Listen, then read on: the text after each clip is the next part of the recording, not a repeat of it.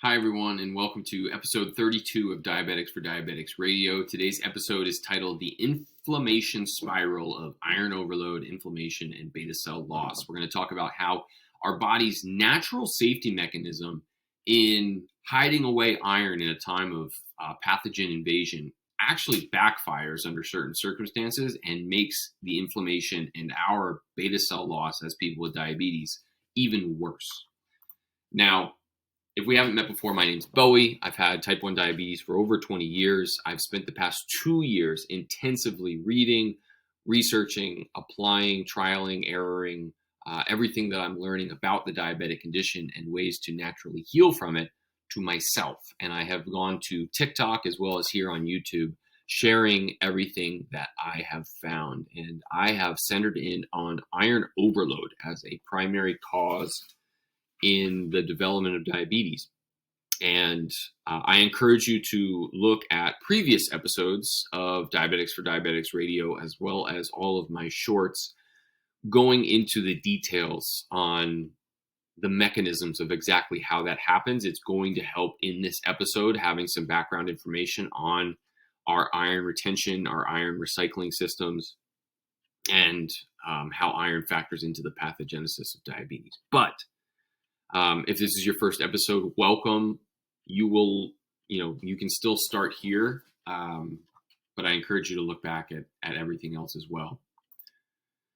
So, in understanding this sort of death spiral of inflammation that iron has the potential to initiate, we have to understand our body's innate reflex in a state of inflammation.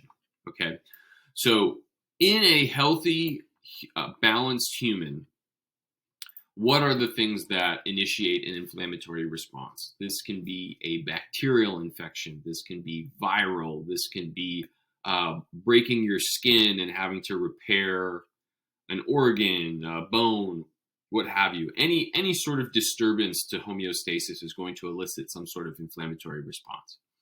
Now, when it comes to outside invaders into our body, like bacteria and viruses, our inflammatory response causes a body-wide effort to retain iron. Okay? Now, for context, iron is an incredibly important component of our body's energy metabolism, creating energy for the body to move and to live. Okay? And our body knows how important iron is for creating energy. Part of what makes iron so valuable is how reactive it is. It is able to catalyze, it is able to oxidize, it is able to accept and donate protons, all things very good under controlled circumstances where the body knows what's being used, what's coming in and what's coming out, right? It's essentially like gasoline. Gasoline in your car is a good thing because you know it, the engine needs it, all the parts are in place for the gasoline to combust and create all this great forward motion. Gasoline, on your kitchen counter next to a candle, not a good thing. It can, the same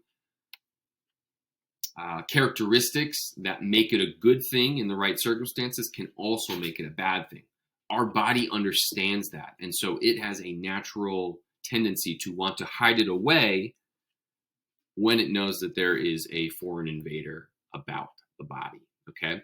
So proteins, iron chaperoning proteins like ferritin and hepcidin get upregulated to increase iron retention. So in those states where bacteria and viruses are in our body says, we got to get this flammable material, which we're using for energy, to prevent it from being used for energy by the viruses and the bacteria. And if you get familiar with bacterial host interactions, virus host interactions, bacteria and viruses are incredibly efficient at stealing iron from their hosts. Why? Because it's so good at creating energy, and energy is how anything stays alive. Okay, so when ferritin and hepcidin get upregulated to bind iron, this is getting rid of any of the free-floating iron in our system that can make the inflammatory response worse, can make bacterial growth, viral growth worse. Okay, so long story short, infection happens. Our body says, okay, we got to get this iron out of here to make sure that it doesn't make fuel for the bad guys in our body. Quick little diagram, okay? So we eat glucose, right? C6H12O6. This is, the component of our food. It's our main energy source. When we take in glucose, naturally, this is in a healthy human, insulin is released. Insulin is allowing the glucose to get into the cell. Glucose in the cell is now available for all of the organelles within the cell to be able to use it. This is a mitochondria, right? So mitochondria is where cellular respiration happens. It's where glucose is oxidized and made into ATP. The mitochondria is a super concentrated source of iron. Why? Because iron helps catalyze the sugar that insulin helped let in the door get turned into energy. Okay, so glucose gets led into the cell by insulin. The mitochondria uses iron to use that glucose to turn it into cellular energy that we use for everyday bodily function. Okay. Now, what happens when an infection happens? Okay, so we've got bacteria, we've got viruses. Guess what bacteria and viruses love? They love sugar and they love iron. Why? Because in order to use the sugar that they love, they need iron to help metabolize it, right? Just like we do in our mitochondria, okay? So when we have these types of infections, they're going to love states of high sugar. They're going to love states of high iron. So what does our body do in a state of infection? It says, uh-oh, got to get rid of the iron, right? So now this is where that ferritin comes in. This is where the hepcidin comes in. All of the iron that was free-floating and available to the viruses and bacteria has now been locked inside the cells temporarily while the infection persists. And in this way, we are starving out the invaders from being able to utilize the glucose in our bodies. Okay, and when you think about it, it's a pretty incredible system. As soon as an outside invader comes in, all of these natural mechanisms are in place to starve it out. Temporarily, there's this transient increase in intracellular iron, but it's basically saying like, okay, there may be sugar in our blood, there may, insulin levels or blood sugars are going to be temporarily high.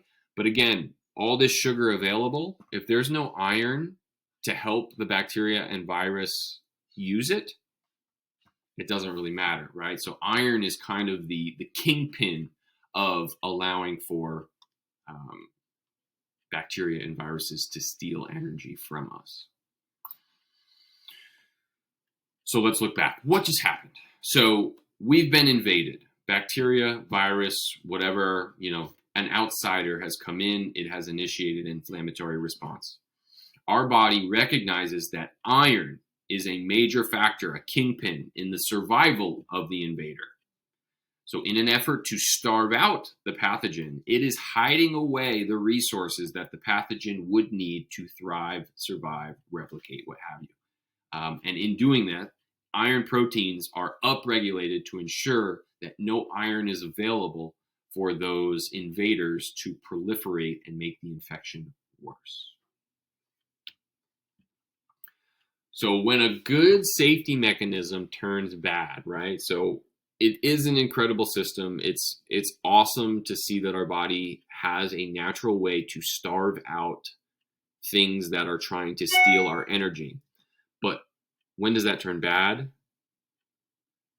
We'll have to see. Okay, so it's good, right? It's good in a healthy, well-balanced system because, hopefully there isn't a lot of iron just kind of free, there isn't all of this fuel, this gasoline out in the open ready to be used, right? So we don't have a lot of iron to store. That would be great. So, it's like, when you find out companies coming over and like you got to clean up your house really quick. Well, if your house isn't that dirty, it's not a big deal. You can just kind of throw, whatever's on the counter away and everything's good. But if your house is a mess and you find out companies coming over, you've got a lot more work to do. You've got to find a lot more places to put all this stuff. It's kind of where it cannot be such a good thing. Our system has proper vitamins and minerals to buffer the transient increase in intracellular iron, right? So we get invaded, the iron gets stored away. Do we have the tools necessary to properly store the iron? As we've covered in previous episodes, improperly stored iron can be catastrophic to the health of the cell. It's basically just kind of like dousing the cells in gasoline and hoping everything turns out okay. Not always the case. You need to make sure you have the tools, things like copper, magnesium, the fat-soluble vitamins, that are going to help upregulate the proteins necessary to neutralize that intracellular iron. And it's good because it prevents the pathogen from energy, right? Sugar itself is not enough to create energy. You also need the proteins and enzymes needed to metabolize that glucose, right? Iron being a huge component of that. So we're starving it out. That's kind of like why those sicknesses only last 2 to 3 days. We've retained that iron. None of what has entered us is able to survive. It passes. Everything kind of returns back to normal. Now, this can go awry when, like I said before, when you find out companies coming and your house is like an absolute mess. Where are you going to put all this stuff? Where are you going to put all this iron, right? What if there's a large existing volume of free iron that you need to tuck into these cells? And what if those cells that you're tucking away that iron into are already stuffed to the brim with iron and void of the proper vitamins and nutrients that are needed to make sure that the iron is utilized properly? This can lead to states of iron overload. Now, if you're not familiar with the characteristics of iron overload and how that manifests in our cells, our tissues, disease states, what have you, I encourage you to look back at some of the previous episodes of the podcast. So what are the proteins? The main ones are ferritin and hepcidin. So on the top left there, ferritin binds iron. It's a storage protein, typically found inside the cell, stores iron, binds it, prevents it from being reactive with any other components of the cell. Now, there is an inflammatory cascade that results from this, right? So ferritin is not itself just kind of like this inert iron storing protein. It also serves as a messenger, a signaling messenger in a cascade of inflammation. So it's been found that serum ferritin increases a series of protein kinases, which are essentially like elements that turn genes, turn proteins, enzymes on and off. I just named 3 there: PI3K, PKC, which is protein kinase C, as well as MAP kinase. These are all components tied to an increase in inflammation, right? Again, not inherently a bad thing, because in a state where bacteria and viruses are coming in, we're like, we got to get this iron out of here. Ferritin is released to bind the iron. Ferritin serves to enhance the inflammatory response to address the invaders. Not a bad thing under certain circumstances. We'll talk more about the circumstances that make it not so good. The same goes for hepcidin. So hepcidin is the master iron regulator in the liver. Hepcidin has also been found in beta cells, which makes it gives it a unique connection to the diabetic state. So an increase in hepcidin leads to an increase in the retention of iron in the cell, right? So now iron typically has proteins available, something like ferroportin, which allows iron to flow in and out of the cell, right? If it needs to be transported, if it needs to be recycled, what have you. Hepcidin is controlling that, whether it gets in or out. More hepcidin, more iron retained. Now, more hepcidin, even if it is transient, it's leading to iron retention in the cell, which over time, if our cell is overloaded with iron and doesn't have the tools to neutralize it when it's in the cell, this can increase the intracellular reactive oxygen species accumulation. ROS is the precursor currency of inflammation. So holding on to iron too long is a bad thing and can lead to toxic effects within the cell. So we've talked about the mechanism itself and how it's actually incredibly useful in a healthy human with a balanced means of neutralizing iron in that transient stage where there is more in the cell. But what happens when we aren't ready for the influx of iron? What happens if we already have a pre-existing abundance of iron that we don't have the means of handling, right? So what if instead of the bacteria, instead of the virus initiating that inflammatory response, what if an overabundance of iron, whether through hereditary hemochromatosis or secondary iron overload, which is basically the result of dietary overload, what if those are the sources of the inflammation, right? And I mentioned before the protein hepcidin and its tie to iron retention. Hepcidin is in beta cells. It is in no other pancreatic cell type. That's a unique tie between beta cells and iron retention. There are well-documented ties to diabetes and iron overload. Hemochromatosis itself, which is iron overload, clinical iron overload, was initially called in the scientific literature back in the mid-1800s. It was called bronze diabetes because it was a combination of liver failure, because iron overload also causes fibrosis, liver cirrhosis, and jaundice, as well as diabetes. Okay. And then the targeted deposition of iron in the beta cells. I mentioned before, hepcidin in pancreatic cells, beta cells specifically, make beta cells more susceptible to this targeted iron deposition and iron retention. So now that safety mechanism, now that iron retention, now that starving out the bacteria and the virus and the inflammation doesn't seem like such a good thing, because beta cells are an inadvertent target of that iron retention. And if we are existing in an iron overloaded state, there's just too much iron. There's just not enough things to neutralize the ROS, the inflammation going on in those beta cells. So the safety mechanisms of retaining iron to starve the invading pathogens of the energy produced by iron backfires when there's already too much iron there. Free iron in the cell leads to ROS accumulation. Too much ROS circulating in the cell leads to membrane and tissue damage, and eventually can lead to something called ferroptosis, which is cell death programmed by an overabundance of iron. So let's break this down. How are we getting too much? Like, what are the sources of inflammation, right? That is kind of step number one. There is some sort of injury, some sort of, whether it's from the inside or the outside, we've become inflamed. It can be bacterial, it can be viral, it can be through diet, right? I've talked about how enriched wheat flour has been the primary source of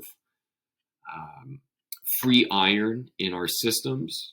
It is in all enriched grains, wheat flour, corn, any baked good you could possibly think of, any breaded protein you can possibly think of, there is added iron there. It's also a chronic underserving of the things needed to balance iron, things like copper, magnesium, and the fat-soluble vitamins. Those are the things that actually prevent iron from becoming overloaded in the cells, okay? So lots of different factors, lots of different ways for inflammation to come about, but that's kind of step number one. Inflammation happens. Okay, so inflammation happens.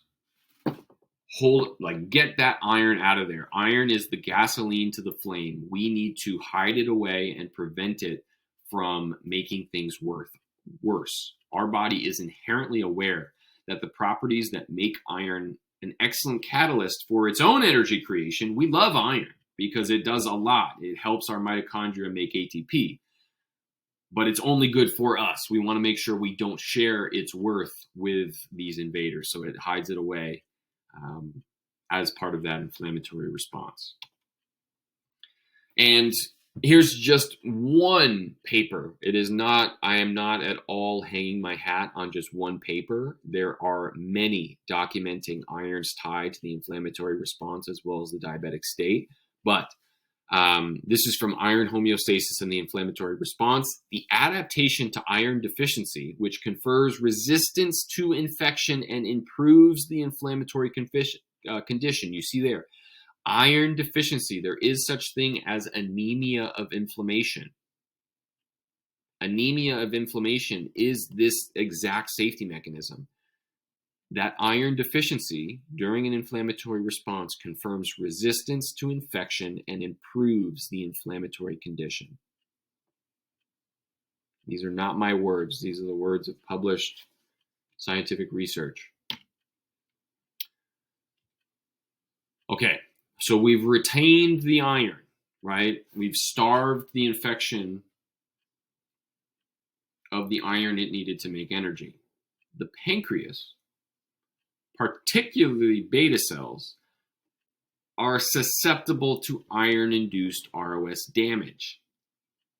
In a typical healthy human state, it's just transient, no one's sick all the time, that's okay. But what happens when too much iron starts to get stored in those beta cells, right? Beta cells become an unsuspecting victim of that iron load. Too much iron accumulation, too much ROS accumulation, and an increased inflammatory response can lead to ferroptosis. And there are documented cases.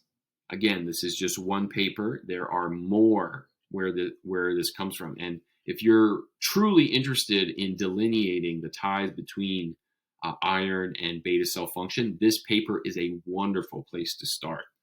But it's been shown in the hereditary hemochromatosis model that beta cells are more affected by iron toxicity than any other pancreatic cell type.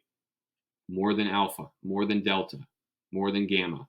Beta cells bear the brunt of iron overload more than any other cell type. An increased iron concentration in mitochondria leads to an overabundance of ROS. Now, mitochondria are the most iron-rich organelle of any cell, or of any organelle in the cell, right? So if all the endoplasmic reticulum, the membranes, the Golgi bodies, the mitochondria have more iron than any place else. And this makes sense. That's where the energy is happening. Iron is being used to catalyze the creation of energy. With the creation of energy, there are also byproducts. One of the byproducts of cellular respiration are ROS. So now we've got a lot of iron, we've got a lot of ROS, leads to a lot of inflammation. Beta cells, due to their high metabolic activity, beta cells are super important in creating energy. Obviously, they are the key that are letting glucose into the cell for energy to be created in the first place. So they have an intimate relationship with mitochondrial health. They have an intimate relationship with iron recycling, because when insulin is dispensed, when glucose is taken in, that's also a sign that iron needs to be made available. So with this high metabolic activity going on, beta cells are more prone to the DNA damage and protein oxidation that results from this mitochondrial iron deposition and ROS accumulation. So now beta cells are the unsuspecting victim. This leads to, over time, beta cells being killed off, right? Too much ROS, ferroptosis of those beta cells, decreased beta cell mass. This leads to decreased insulin levels and insulin resistance, leading to high blood sugars, okay? So both kinds of diabetes, both type 1 and type 2, show greater rates of increased iron load and decreased beta cell mass. They have found that people with diabetes have a dysregulated iron metabolism. They have an increased number of iron stores. Now, this is independent of anemia. A lot of times when I mention iron, people lose their minds because they're like, no, I don't have a lot of iron, I'm anemic. You can have iron in your tissues where it is truly dangerous and still test positive for anemia, because anemia, the common tests for anemia are only measuring the iron in your blood, not in your tissues. Iron in the tissues is where this is important. So here's an article, and again, I hark on the dates here. 2007. We have known about this for over 20 years. I have papers from 1999. I have papers from 2002 talking about the ties between iron and diabetes. Over 50% of those diagnosed with hemochromatosis or iron overload develop diabetes. Over half. Both genetic and secondary iron overload are implicated in diabetes development. So a lot of times people are like, well, I don't have hemochromatosis. I don't have the HFE gene. I don't have the C282Y gene mutation to make my body more acclimated to accumulate iron. This can happen independent of that, and that has been shown in the research as well. Dietary. I have focused solely on dietary intake and regulating through the foods that I'm eating, from both a iron limiting role as well as a supporting nutrient standpoint, like I mentioned before, the copper, the fat-soluble vitamins, and magnesium. Diabetes reversal and remission have been achieved after the reduction of iron load through phlebotomy or donating blood and iron chelation therapy. Let me say that again. Diabetes has been reversed, put in remission. People with type 2 diabetes have gone to not having type 2 diabetes when they have offloaded iron, whether medicinally. I believe the iron chelating agent is desferrioxamine, or just simply donating blood. Donating blood offloads anywhere from 200 to 250 milligrams of iron per donation. That offload of iron is enough to stop the inflammation that is causing this insulin resistance, that is causing this loss of beta cell. So insulin sensitivity and insulin secretion have both been shown to increase with frequent blood donation and decreased iron stores. I'm not making this up. I'm telling you, this is just one title where they talk about this. I encourage you to explore the sources used in that paper. So, okay, we're losing beta cells, decreased insulin levels. Our insulin resistance is through the roof now. Now we've got higher blood sugars. What happens in a state of high blood sugar? More sugar in the blood. We're still eating the same way we were before, right? We're still offering the same fuel sources, enriched wheat flours. We're missing all of the components necessary to neutralize the iron that we're taking in, and our blood sugars are super high. Guess who's having a field day in all of this? The pathogens, the bacteria, the viruses, anything that was there to possibly initiate that inflammation. So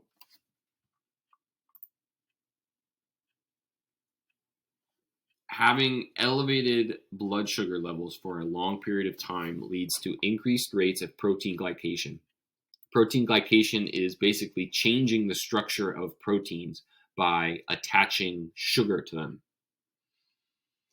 Insulin resistance is implicated in this, right? Those insulin receptors kind of on the outside of the cell getting exposed to our high blood sugars are changing shape, morphing, not able to bind insulin anymore.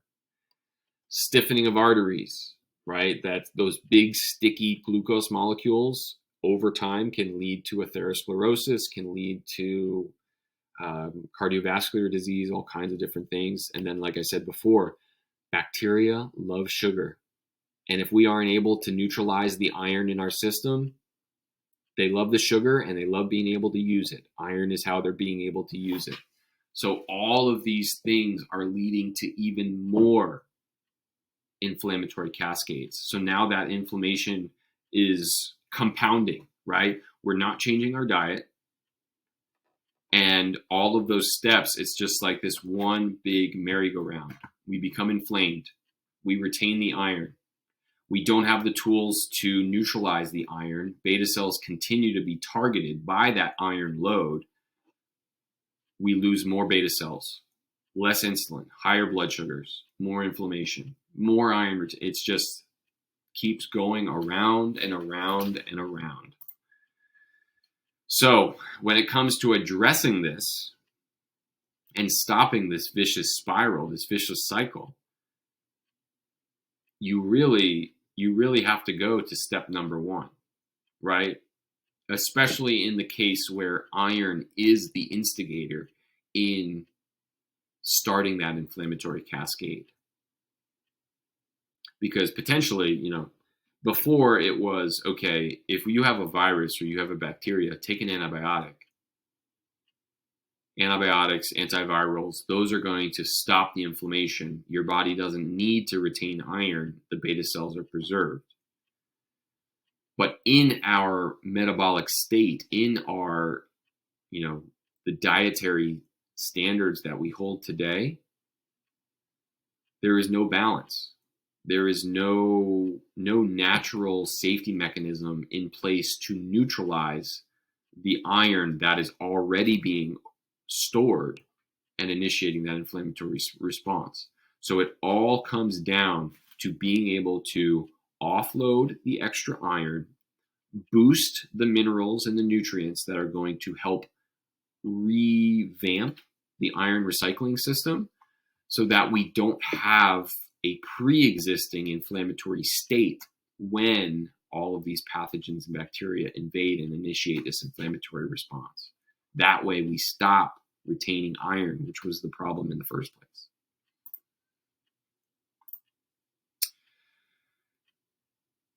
Now you may be wondering, well, Bowie, how'd you get here? Well, you can use that inflammatory cascade and how our body recognizes the power of iron as means of looking for answers in addressing this cycle, right?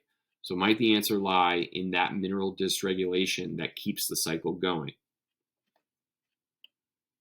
Iron. Every single conversation I have about how diabetes starts, iron plays a role in it. It has to. It's too important of an element in a healthy system to become obsolete in an unhealthy system, right?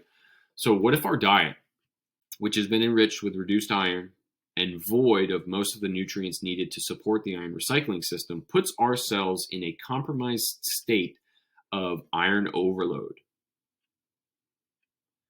Now, with any triggering event that stimulates those iron retention mechanisms where we're trying to starve the invaders of iron, might this already compound the ROS accumulation that we're already experiencing, and that is already eliciting negative effects on our beta cells? And that's all I got for you, folks. So this is kind of a new development for me in terms of delineating how iron fits into our inflammatory response from both a primary standpoint, what if iron is the primary instigator of the inflammation, but also from a secondary standpoint, our body intentionally retains iron and locks it in place in the event that the inflammation isn't from iron itself, right? A typical inflammatory response happening from bacteria and viruses is going to cause iron to get retained. But if we're in a nutritional state where we already have too much iron, this is where that iron retention mechanism backfires and makes what we're experiencing even worse. With its targeted ties to beta cells in the development of diabetes, there is no question in my mind that if you're dealing with diabetes, insulin resistance, you have an iron dysregulation problem. You have too much iron, and none of the tools needed to deal with it the way you need to. For those experiencing some sort of triggering event, whether it was an illness, some physiological stress, what have you, that event in and of itself probably wasn't enough to initiate diabetes on its own, but it accelerated it by causing your body to retain iron and exacerbate your previously existing iron, secondary iron overload state that was happening because of our overconsumption of enriched grains, reduced iron, what have you. Okay, so that's that. I cannot thank you enough for being here. Again, if this is something that fires you up like it does me, subscribe here on the channel. Go ahead and follow me on TikTok at Bowie, BOWIE _ Madison, MATTESON. I want to hear from you. Comment, connect. Let's build this community out and start addressing the root cause. All right. Thank you, everyone, for being here, and enjoy the rest of your day. Cheers. This is episode 32 of Diabetics for Diabetics Radio. I'm Bowie Madison, signing off.